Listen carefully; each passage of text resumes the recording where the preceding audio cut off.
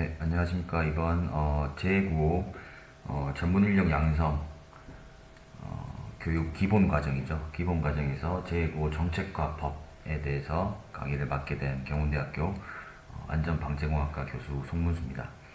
제9호 정책과 법에 대해서 온라인 강의를 진행하게 됐는데 목차는 다음과 같습니다. 먼저 재난의 개념에 대해서 한번 간단히 설명을 드리고요. 제9 관련 법령 및 정책이라고 해서 저희가 어떤 재난 및 안전관리 기본법 밑에 또 제9호법 그리고 재대책법 그리고 풍수해법 뭐 이런 것들이 법령들이 관련 법령들이 있죠. 그런 법령들과 정책들 그리고 뭐 시행 규칙들이 어떻게 구성되어 있는지에 대한 내용들 그리고 가장 중요한 핵심인 제9호법에 대해서 하나하나 살펴보면서 제9호 정책과 법에 대해서 설명을 천천히 이어가도록 하겠습니다. 먼저 들어가기에 앞서서 제9호라고 하는 용어에 대해서 한번 설명을 드리겠습니다. 제9호라고 하면은 이 사전적 정의죠. 지진, 태풍, 홍수, 해일, 가뭄 등등 어떤 이런 자연재난 및 사회재난에 의해서 발생하는 불시의 재난으로 인해 어려움에 처한 사람을 도와서 보호하거나 그 피해를 구제하는 것이 재해9호의 정의가 되겠습니다. 그래서 뒤에서 이제 제9호법에 대해서 자세히 살펴보겠지만 제9호법에 따른 구호의 종류라는 것이 있습니다. 구호의 종류에는 임시주거시설의 제공이나 그리고 급식이나 식품, 의료, 친구 등의 어떤 생활 필수품 제공 이런 것들이 있고 저희가 이제 흔히 알고 있는 어떤 응급 상황에서의 구조에 관한 내용이라기보다 어떤 이런 주거시설의 제공 그리고 생필품의 제공 그리고 의료 서비스의 제공 그래서 응급 구조 이후의 단계 이재민이나 그 일시 대피자들을 위해 어떤 편의시설을 제공한다라는 관점에서 제9호를 살펴봐 주시면 되겠습니다. 그리고 이제 제9호의 필요성에 대해서 제가 설명을 드리기 위해서 여러가지 사회적 재난에 대해서 한번 가지고 와봤는데요. 최근에 이런 국민의 생명과 재산을 위협하는 어떤 각종 재난과 사고에 따라 어떤 제9호의 중요성이 부각이 되고 있습니다. 그래서 매년 이렇게 사회적으로 큰 이슈가 되는 참사가 발생을 하고 그리고 가장 핫한 이슈라고 하면 핫한 이슈일 수 있는 기후변화라는 이슈가 있죠. 이 기후변화라는 이슈에서 자연재난 그리고 사회 시스템 및 안전관리 미비에 따른 사회재난이 발생을 하고 있습니다. 2011년에 폭우에 따라서 발생한 이런 우면산 산사태도 있었고 그리고 2010년부터 강남역에서 매년 이렇게 침수가 일어나고 있죠. 214세대가 침수하는 그런 사건도 있었습니다. 그리고 세월호 참사 같은 경우에는 이제 2014년에 발생하면서 우리 안타까운 목숨들이 많이 잃게 되었고 그리고 산업 현장 및 산업 현장에서도 이런 산업재해와 안전사고가 매년 발생하면서 연간 800여 명이 사망하는 그런 사건이 있습니다. 그리고 2017년에는 대형 화재죠. 제천 스포츠센터 화재가 발생하면서 29명이 사망하는 또 사건이 있었고 그리고 이태원 참사라고 하는 작년 말에 이제 신종 재난이라고 할 수가 있겠죠. 어떤 과거에는 없었던 이런 해외 그러니까 서양의 어떤 문화가 국내로 들어오게 되면서 그런 문화를 즐기고자 하는 젊은이들이 어떤 특정 장소에 다중 밀집 인파사고라고 하는데 어떤 특정 장소에 많은 사람이 모이면서 압사를 당하게 되는 이런 신종재난도 발생하면서 작년에 159명이라는 또 안타까운 사고가 있었습니다. 이런 사건, 사고 그리고 어떤 재난에 따라서 이재민이 발생하고 그리고 일시 대피자 혹은 뭐 피해자들이 발생을 하게 되는데 이에 따라서 제9호가 굉장히 중요해지고 있다라는 말씀을 드리도록 하겠습니다. 그리고 현대사회의 특성을 먼저 또 한번 살펴볼 수가 있겠는데요. 현대사회에는 어떤 도시화 그리고 도시화에 따른 어떤 인구의 집적과 산업시설 그리고 어떤 도시 기반시설이라고 할 수 있겠죠. 그런 기반시설들이 집적이 되면서 그 위험과 그리고 재난의 특성이 조금씩 달라지고 있습니다. 요 그림 같은 경우에는 이제 세계경제포럼이라고 하는 WEF라고 하는 세계경제포럼에서 이제 다보스 포럼으로 많이 알려져 있죠. 스위스 다보스에서 매년 개최되는 이 세계경제포럼에서 매년 이렇게 글로벌 리스크 보고서를 작성을 하고 있습니다. 그래서 2023년에는 전 세계가 직면한 현재 그리고 중장기 위험 요인을 발표를 하게 됐는데 향후 2년간 위협할 단기 리스크와 향후 10년간 위협할 장기 리스크 두 개로 구분해서 경제 분야, 환경 분야, 사회 분야, 기술 분야, 지정학 분야 이렇게 다섯 개 분야에 다섯 개 분야로 구분해서 그 리스크를 발표를 하고 있습니다. 이 다보스 포럼에서 발표한 이 리스크들을 한번 살펴봤는데요. 총 32개 위험 요인, 32개 위험 요인이 도출이 되었고 그 위험 요인 간의 이 상호 연계성이 나타나고 있는 모습을 왼쪽 그래프에서 이제 볼 수가 있습니다. 이렇게 최근에 이 현대 사회의 특징, 어떤 집적화와 그리고 상호 연계적인 어떤 특징에 따라서 모든 재난과 리스크가 이렇게 상호 연계가 되면서 재난이 연쇄적으로 일어나게 되고 복합화되고 더 피해가 가중되는 그런 것을 볼 수가 있죠. 그래서 현대사회의 위기의 특성으로 이렇게 세 가지로 요약이 되는데요.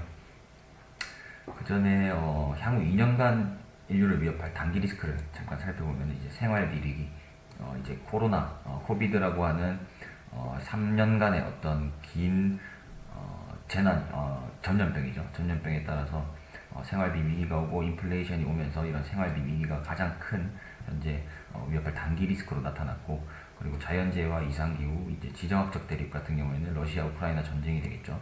그 외에 이런 기후변화에 대한 내용들이 많이 나오고 있습니다. 향후 10년간 인류를 위협할 장기 리스크도 마찬가지로 기후변화 완화 실패와 적응 실패, 그리고 자연재해와 이상기후, 그리고 생물 다양성 소실 및 생태계 붕괴 이런 것들이 가장 높은 리스크를 나타내는 어떤 재난 리스크로 발췌가 되었습니다. 그래서 현대사회 위기 특성을 한번 살펴보면은 이제 위기 대응과 회복력, 그리고 면역력이 감소가 되면서 기후변화, 그리고 상호 의존성 강화, 신종 재난 발생 이런 것들로 인해서 위기 대응과 회복력, 그리고 면역력이 감소되고 있다. 그리고 복합 재난으로 인한 천문학적 피해, 어떤 상호 연계성과 마찬가지로 말씀을 드리면서 잠깐 언급드렸는데요. 이런 리스크들이 그리고 어떤 도시의 특성에 따라서 재난들이 상호 연계적으로 일어나고, 그리고 연쇄적으로 일어나고, 그리고 복합적으로 일어나면서 그 피해가 천문학적으로 커지고 있다. 그리고 어떤 국민, 우리나라로 치면 이제 국민이 안위에 대한 욕구가 급증하고 있다. 어떤 개인의 소득이나 교육 수준이 향상이 되면서 본인이 이제 안전한 사회에서 살고 싶다는 그런 욕구가 급증이 하고 있다라는 것이 이제 현대사회 위기의 특성이 되겠는데요. 말씀드린 그런 복합재난, 그리고 어떤 연쇄재난 이런 것들에 대한 예시를 이제 동일본 대지진에서 한번 찾아볼 수가 있겠습니다. 이제 10년도 지난 어떤 자연재난이긴 하지만 최근에는 모로코 지진이나 그리고 모로코 옆에 어떤 나라죠? 제가 갑자기 기억이 안 나는데 그 나라에서 또 큰 홍수가 일어났죠. 그렇게 일어나면서 수천 명이 사망하는 그런 또 대규모 재난도 일어났는데요. 최근 이제 재난 말고 동일본 대지진을 예시로 한번 들어보도록 하겠습니다. 동일본 대지진 같은 경우에는 이제 일본 동쪽 해안에서 발생을 해서 이제 혼슈, 센다이 동쪽에서 발생을 하면서 어떤 쓰나미를 발생을 시키면서 이 동쪽에 있는 어떤 그 원자력 발전소까지 피해를 입히면서 대규모 연쇄재난으로 발생을 했는데요.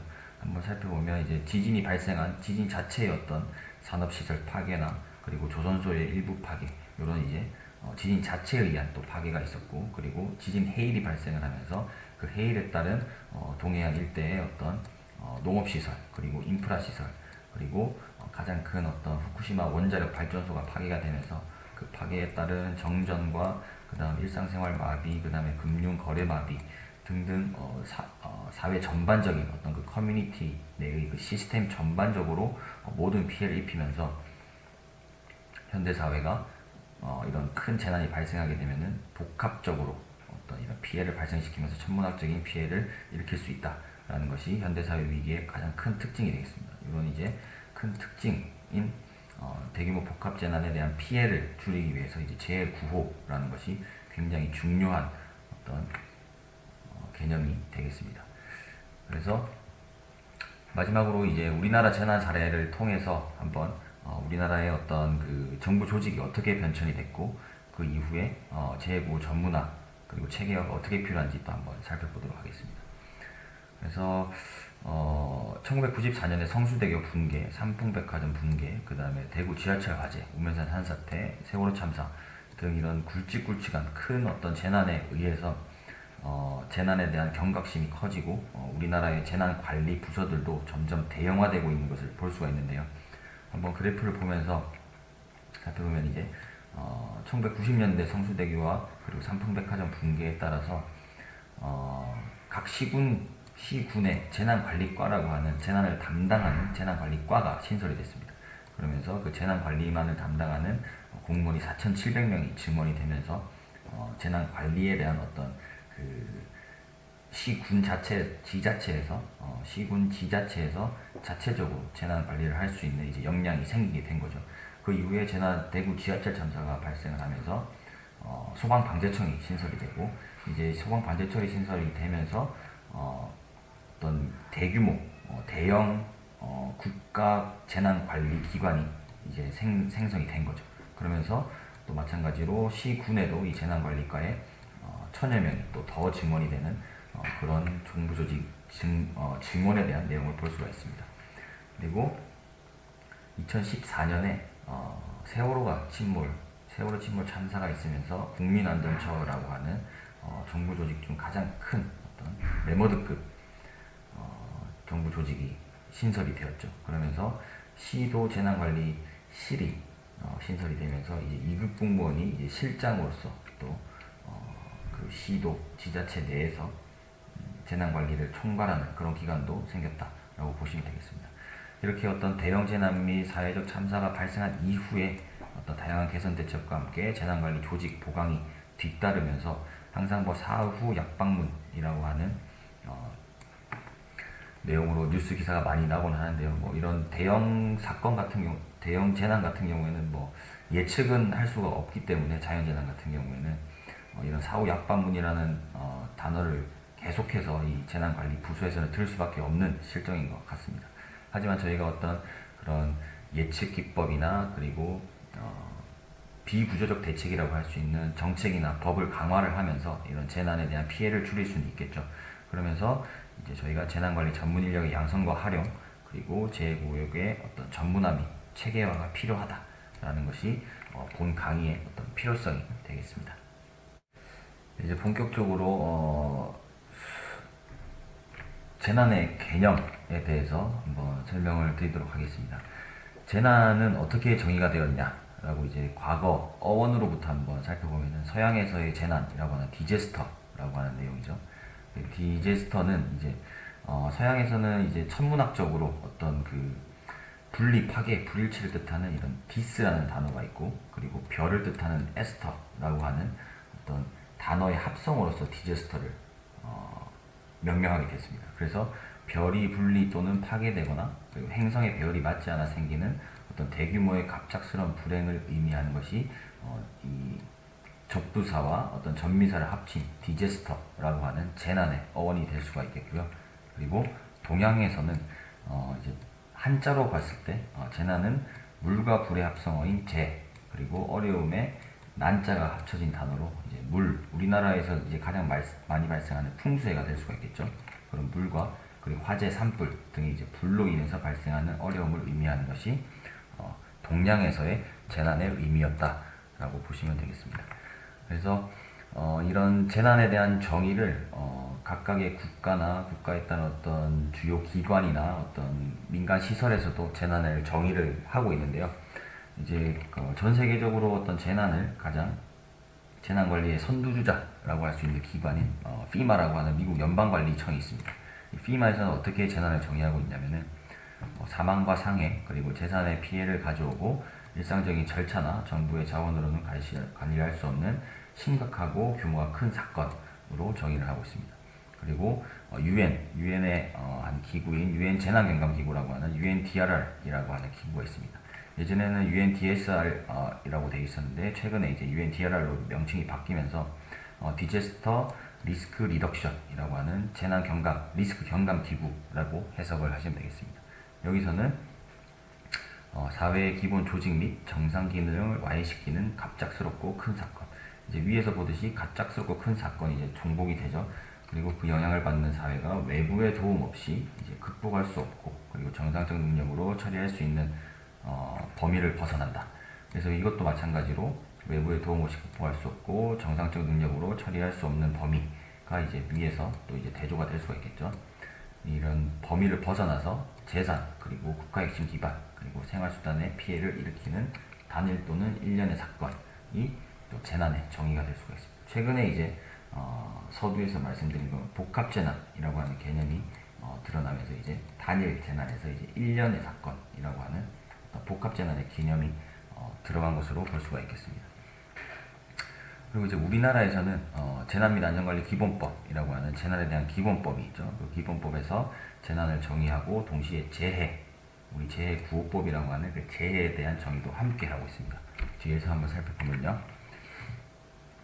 이제 재난 및 안전관리 기본법에서 재난을 어떻게 정의하고 있는지 한번 보겠습니다. 그래서 재난이라고 하면은 국민의 생명, 신체, 재산과 국가의 피해를 주거나 줄 수 있는 것이라고 해서 우리나라에서는 자연재난과 사회재난으로 구분을 하고 있습니다. 해외에서는 이제 기술재난 그리고 인위적인 어떤 재난이라고 해서 인위재난 혹은 최근에는 이제 나텍이라고 하는 나텍재난이라고 하는 개념도 있습니다. 이제 영어에서 보듯이 이 내추럴 디제스터랑 그리고 어떤 기술적인 재난, 테크놀로지가 합쳐지면서 어떤 복합 재난으로서의 개념으로 나텍 재난이라고 하는 용어들이 생겨났고요. 넘어가서 우리나라에서는 자연 재난을 어떻게 보고 있느냐? 자연 재난에서는 태풍, 홍수, 강풍 등등의 어떤 이런 자연 현상들이 있죠. 이런 자연 현상으로 인해서 발생하는 재해가 자연 재난이다. 그리고 사회재난 같은 경우에는 화재, 붕괴, 폭발, 이제 대형 교통사고도 포함이 되고요. 그리고 화생방사고, 환경오염 사고 등등으로 인해서 발생하는 이제 대통령이 정하는 규모 이상의 피해와 이제 국가 핵심 기반의 마비, 그리고 감염병, 그리고 가축 전염병, 그리고 미세먼지에 따른 피해가 사회재난이 되겠습니다. 여기서 이제 황사 같은 경우에는 이제 중국의 어떤 이제 사막이죠. 사막에서 발생한 그 모래 폭풍이 우리나라로 봄, 가을철에 넘어와서 이렇게 발생하는 것이 이제 황사는 자연재난으로 구분이 되는 것이고요. 미세먼지 같은 경우는 사람이 만들어낸 어떤 그 미세가스 그리고 미세먼지들로 인해서 발생이 되기 때문에 사회재난으로 분류가 되는 것을 확인할 수가 있습니다. 이렇게 이제 자연재난과 사회재난을 간단히 이제 구분을 할 수가 있고요. 자연재해 대책법 같은 경우에는 이제 풍수해를 정의를 하고 있습니다. 우리나라에서는 이제 풍수해 매년 그 재해 연보라고 하는 것을 연말에 발표를 하게 되는데 우리나라에서 90% 이상 차지하는 것이 이제 풍수해가 되겠습니다. 그래서 풍수해에 대한 정의를 따로 하고 있는데요. 이제 풍수해는 태풍, 홍수, 호우, 강풍, 풍랑, 해일, 조수, 대설 등등의 어떤 바람과 물에 의한 피해가 되겠습니다. 이제 한자어에서 볼 수가 있겠죠. 바람과 물에 의한 피해가 이제 풍수해, 자연재해 중에서도 이제 풍수해로 구분이 되는 것이고요. 그리고 풍수해 보험법이라고 하는 또 풍수해 보험법에서 풍수해를 정의를 하고 있는데 여기서는 이제 태풍, 홍수, 호우, 강풍, 풍랑 마찬가지로 있는데 이제 지진도 마찬가지로 이제 포함이 되면서 자연재난에서의 풍수해를 이렇게 정의를 하고 있는 것을 볼 수가 있습니다. 이재민 구호와 관련된 법령 및 정책에 대해서 한번 개요적으로 살펴보도록 하겠습니다. 먼저 우리나라 국가를 지탱하고 있는 헌법에서는 헌법 제33조 6항에 국가는 재해를 예방하고 그 위험으로부터 국민을 보호하기 위하여 노력해야 된다라고 딱 조문이 적혀 있습니다. 그래서 이거에 따라서 이제 우리나라 국가의 기관이 국민을 보호하고 그 위험으로부터 이제 보호하기 위해서 노력해야 되고 재해를 예방하기 위해서 노력해야 된다라고 이제 헌법 조문에 딱 명시가 되어 있는 거죠. 거기에 따라서 재난 및 안전관리 기본법이라고 하는 재해에서의 가장 상위법이라고 볼 수가 있겠죠. 여기서는 제 66조에 국가와 지방자치단체는 재난으로부터 피해를 입은 시설의 복구와 그리고 피해 주민의 생계 안정 및 그 피해 기업의 경영 안정을 위하여 구호 활동을 지원할 수 있다라고 하면서 이제 구호에 대한 단어가 나오기 시작합니다. 그래서 이 재난 및 안전관리 기본법에 따라서 구호 활동을 지원할 수 있다라고 하는 법이 명시가 되어 있고 거기에 따라서 자연재해 대책법 그리고 해외 긴급구호에 관한 법률 그다음에 긴급복지지원법 등등의 어떤 재해 구호법 관련 법령들이 있습니다. 이런 관련 법령들에 따라서 제9호라고 하는 개념이 이제 법적으로 정의가 되는 것인데요. 이 제9호법에서는 재난 구호 및 그리고 재난 복구 비용 부담 기준에 대한 규정이라고 해서 이제 복구 비용과 구호 비용에 대한 또 내용에 대한 또 규정이 있는 것이고, 그 규정에 따라서 또 재난 지역 피해 주민의 생계 지원에 관한 규정이 있습니다. 이 생계 지원에 관한 규정을 어떤 의연금품이라고 하는 어떤 저희가 이제 성금을 내곤 하죠. 그런 어떤 그런 성금, 그런 의연금품을 어떻게 모집하고 그 모집된 금품을 어떻게 분배할 것인가, 그리고 어떻게 지원할 것인가, 그리고 구호 물품을 어떻게 지원할 것인가에 대한 규정이 있습니다. 거기에 따른 또 세부 규정들이 이 헌법, 그리고 제9호 관련 법령, 그리고 제9호에 따른 어떤 시행령과 시행규칙 등에 따라서 이렇게 법령 및 정책이 우리나라에서는 구성이 되어 있다라고 보시면 되겠습니다. 한번 살펴보면 이재민 관리 시스템 구축 운영 및 긴급 지원 계획 수립 추진 규정 등에 대한 규정이 또 있고요. 그리고 자연재해 이재민의 구호와 의연금품 모집 절차 사용 방법 등에 대한 규정. 이런 의연금품이 가장 최근에 이런 의연금품을 모집하고 그거를 불출하는 과정에서의 비리가 나타나는 어떤 또 약 일주일 전에 그런 뉴스가 나오기도 했죠. 그래서 의연금품을 어떻게 모집하고 하는 그런 투명성에 대한 규정 등이 있습니다. 그런 것들도 이제 있고요. 그리고 해외 재난, 해외에서 발생한 재난에 대해서 우리나라 국민을 어떻게 구호할 것인가에 대한 규정, 그리고 자연재해 이재민 구호를 위한 지원 사항에 대한 규정. 이제 지원 사항이라고 하면 우리나라에 대한 구호를 전담하고 있는 것은 이제 행정안전부와 그리고 지자체, 시군구, 그리고 뭐 시도지사가 될 수가 있겠죠. 근데 그걸 지원하는 어떤 적집자사라든지 아니면 제9호 그 센터라든지 하는 그런 민간 단체들이 있습니다. 그런 또 단체들이 이제 지원기관이 될 수가 있는데요. 그런 지원기관에 대한 규정, 이런 것들이 있고요. 그리고 인적 사회적 재난 및 이재민의 생계 지원에 관한 사항 규정한 내용이 또 있고, 뭐 질병, 가정폭력 등에 대한 규정, 이런 것들이 이재민 구호 관련 법령에 따라서 헌법, 그리고 관련 법령, 그 다음에 뭐 시행 규칙과 어떤 규정들에 따라서 이렇게 이재민 구호가 법적으로 정의가 되어 있다, 이렇게 보시면 되겠습니다. 이제 마지막 목차로 제9호에 관한 법률 중 가장 이제 그 제9호를 가장 디테일하고 구체적으로 설명하고 있는 제9호법에 대한 해설을 드릴 텐데요. 사실 법이라는 게 해설을 이제 들으시면서 이해를 할 수 있는 부분도 있지만 위 링크를 이제 따라가 보시면은 이 법령에 대한 내용을 상세하게 나타낸 모든 법령에 대한 조문을 이제 볼 수가 있습니다. 거기에 따라서 제가 간단하고 요약적인 내용만 설명을 드리면서 본 강의를 마치도록 하겠습니다. 먼저 이제 제9호법의 어떤 구성을 먼저 살펴보도록 하겠습니다. 총 이제 6장으로 구성이 되어 있고요. 제1장에서는 총칙이라고 하는 어떤 이 제9호법의 목적과 용어가 어떻게 정의되어 있는지, 그리고 2장에서는 제9호 계획의 수립 및 구호기관의 활동,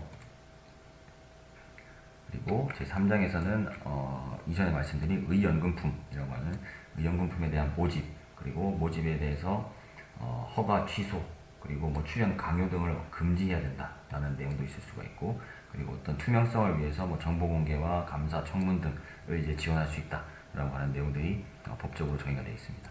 4장에서는 배분위원회의 구성 및 의연금품의 사용, 이 의연금품이 모집이 되면은 그 모집된 의연금품을 어떻게 배분할 것이고, 그 배분을 하기 위해서 위원회를 구성하고 거기에 따라서 회계감사는 어떻게 지원할 것인지에 대한 내용들, 그리고 제5장에서는 전국 제9호 협회의 설립 및 운영, 이 제9호 지원기관이라고 하는 전국 제9호 협회가 있습니다. 이 협회에서 이 협회를 어떻게 설립하고 그 사업과 정관, 그 다음에 구호 업무는 국가에서 위탁을 어떻게 하는 것인지에 대한 정의를 제9호법에서 하고 있다.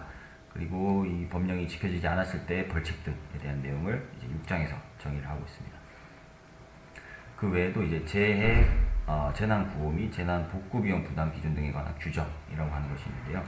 이 규정 같은 경우에는 이재민 구호를 위한 어떤 국비와 지방비 지원에 관한 사항을 규정을 하고, 그리고 사망 실종자, 부상자 구호금, 그리고 응급 및 장비 보호비, 그 다음에 생계 지원, 그 다음에 학자금 면제, 이런 이재민과 일시 대피자가 생겼을 때 어떻게 복구 비용과 재난 구호 비용을 활용할 것인지에 대한 규정을 이렇게 오른쪽 그림에서 볼 수 있듯이 자연재난 구호 및 복구 비용 부담 기준 등에 관한 규정으로 규정을 하고 있습니다.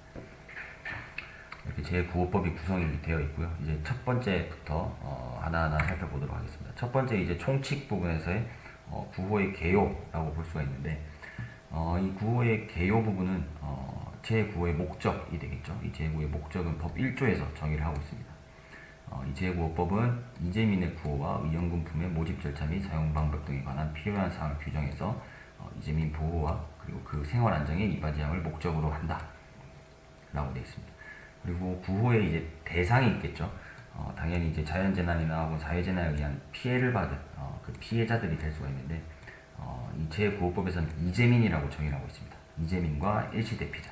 이제 그 뒤에서 이 다음 장에서 이재민과 일시대피자에 대한 정의를 또 한번 살펴보고요. 그리고 구호의 종류 같은 경우에는 가장 서두에서 이제 말씀드렸었죠. 임시 주거시설을 제공하고 그리고 필수품 등을 제공하고 이제 제9호 물품이 되겠죠. 그리고 사망자가 발생했을 때는 장사의 지원, 그리고 의료 서비스, 감염병 예방 활동 및 위생지도 등이 이제 구호의 종류가 되겠습니다. 이제 용어 정의를 간단히 살펴보면 이제 이재민이라고 하면은 재난으로 인한 피해를 입은 사람으로 그 주거 시설의 손실 정도 등 통령령으로 정하는 기준에 해당되는 재해를 입은 사람을 말한다. 로 되어 있습니다. 재난으로 피해를 입으면서 그 주거 시설에 손실이 생기면서 이제 오갈 곳이 없게 된 사람이 이제 이재민이 되는 것이고요. 일시 대피자라고 하면은 재해가 예상되어서 일시 대피한 사람을 말한다.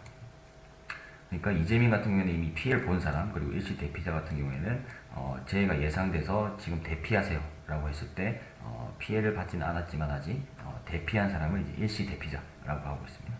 그리고 구호기관 같은 경우에는 이제 정부기관이 되겠죠. 혹은 지자체기관. 그래서 구호 대상자의 거주지, 그러니까 재난이 발생한 곳이 되겠죠. 재 발생지를 관할하는 이런 시도지사, 그리고 시군구, 구청장이 구호기관이 될 수가 있고, 그리고 구호 지원기관은 대한적집사사와 전국재해보호협회 이제 두 개의 기관, 혹은 이제 그 구호기관의 업무를 지원하기 위해서 이런 인력과 장비를 갖춘 기관이 구호 지원기관이 되겠습니다.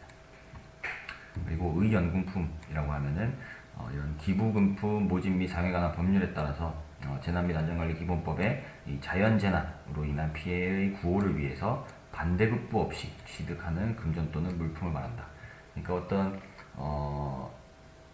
성금을 받으면서 어떤 보상이나 그런 것들이 없이 그냥 반대급부 없이 취득하는 금전과 물품 모두를 의연금품이라고 정의를 하고 있습니다. 그리고 구호기간 같은 경우에는 이재민의 피해 그리고 생활 정도를 고려해서 6개월 이내로 구호기간을 정리를 하고 있고요. 그리고 구호기관 및 구호기관 정의는 앞서 말씀드린 대로 정의에서 살펴봤죠. 구호기관 같은 경우는 이제 시도지사 또는 시군구청장이 되겠고, 주요원기관 같은 경우에는 대한적집사사와 전국재해보호협회가 되겠습니다. 그 다음은 이제 두 번째, 지역구호센터 조직이 될 수가 있겠는데요. 이렇게 재해가 발생을 하면은 재해구호센터가 설립이 되게 됩니다. 이 지방자치단체장이라고 하는 구호기관에서 이제 시군구 혹은 구청장까지 그런 지방자치단체장이 지역구호센터장이 되고, 거기에 따른 총괄반, 조정관, 그 다음에 통제관이 설립이 되면서 이재민 구호반과 의료지원반, 그 다음에 감염병관리반, 그다음에 위생지도반, 이렇게 총 4가지 재해구호 내용에 따라서 지역구호센터 조직이 설립이 되게 되는데요. 지역구호센터 같은 경우는 이제 재해구호 기간 동안 아까 6개월까지 발생을 재해구호가 기간이 진행이 된다고 했죠. 최대.